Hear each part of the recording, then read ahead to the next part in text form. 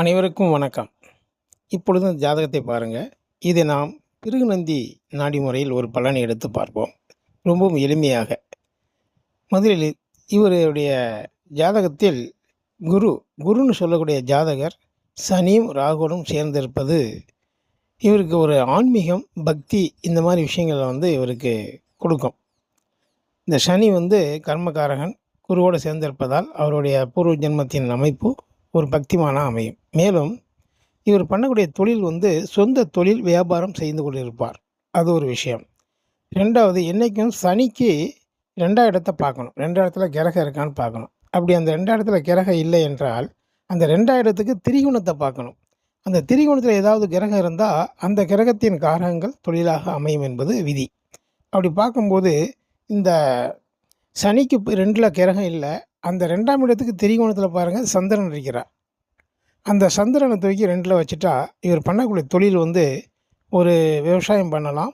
அதே நேரத்தில் உணவு சம்பந்தப்பட்ட விஷயங்கள், ஹோட்டல்கள் இது மாதிரி வைத்து நடத்துவதற்கு இந்த ஜாதகத்தின் அமைப்பு இருக்கின்றது. ரெண்டாவது, உச்சப்பட்ட சூரியன் உச்சமாக இருந்து அதுக்கு 2ல் புதன் இருப்பது, அந்த புதனை குரு பார்க்கிறார் 9ஆம் பார்வையாக. ஆகையால் இவர் குடும்பத்தில் எல்லாருமே ஓரளவுக்கு பக்தியோடு இருப்பதற்கு நிறைய வாய்ப்புகள் இங்கே அமைந்திருக்கின்றது. ரெண்டாவது, கல்யாண வகையில் பார்த்தோன்னா மனைவின்னு சொல்லக்கூடிய சுக்கிரனுக்கு 2ல் பார்த்திங்கன்னா கிரகங்கள் எதுவுமே அங்கே இருக்க வாய்ப்பில்லை. அப்போ அந்த 2க்கு திரிகோணத்தை பார்க்கும்போது சூரியன் வருகிறார் திரிகோணத்தில். அந்த சூரியனை தூக்கி நம்ம சுக்கிரனுக்கு அடுத்த 2ல் வைத்துட்டா அந்த மனைவியின் ஒரு கௌரவம் அந்த 2 சொந்த வீட்டில் ஆட்சி பெற்று இருப்பதாலும் மனைவியின் குடும்பம் ரொம்ப உயர்ந்த குடும்பமாக இவருக்கு அமையும். அது மட்டும் இல்லை, அந்த சுக்கிரனுக்கு பயனுள்ள புதன் இருப்பதும் குரு அதை பார்ப்பதும் இவருக்கு இருதார அமைப்பு என்பதும் ஒரு விதி. சுக்கிரனுக்கு வீடு கொடுத்த சுக்கிரனுக்கு 8ல் மறைந்து சந்திரனுக்கு 6ல் சுக்கிரன் அமைந்தது. அப்போ 6, 8ஆக அமைந்தது. கல்யாண வாழ்க்கையில் இருதார அமைப்பு உள்ள அமைப்பும் இந்த ஜாதகத்திற்கு அமைந்துவிடும்.